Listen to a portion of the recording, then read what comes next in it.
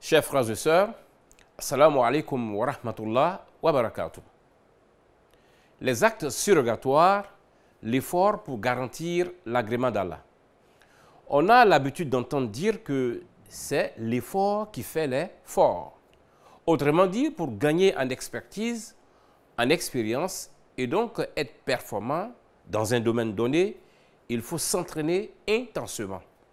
L'adoration étant un acte de la vie, il faut aussi l'inscrire dans les choses pour lesquelles la musulmane et le musulman doivent rechercher la perfection.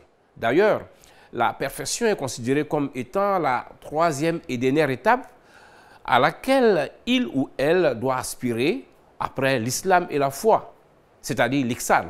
Il s'agit d'adorer Allah comme si on le voyait. Pour ce faire, après les actes obligatoires, la musulmane et le musulman doivent redoubler d'ardeur dans l'adoration. Ce qui commande d'intensifier les actes surrogatoires. D'abord, le jour de la résurrection, les actes d'adoration surrogatoires compléteront les actes obligatoires non accomplis. Ainsi, dans un hadith rapporté par Ahmad, d'après Abu Huraira, radiallahu anhu, le prophète sallam a dit, je cite, la prière est la première chose dont le serviteur rendra compte le jour de la résurrection. Si elle est correcte, il aura cette grandement réussi. À défaut, il aura cette gravement échoué. Si certaines de ces prières obligatoires sont incomplètes, Allah, exalté soit-il, dira, je cite, « Examinez si mon serviteur a fait des prières surrogatoires qui compenseraient ces prières obligatoires incomplètes. » Fin de citation. Ces autres œuvres seront jugées de la sorte.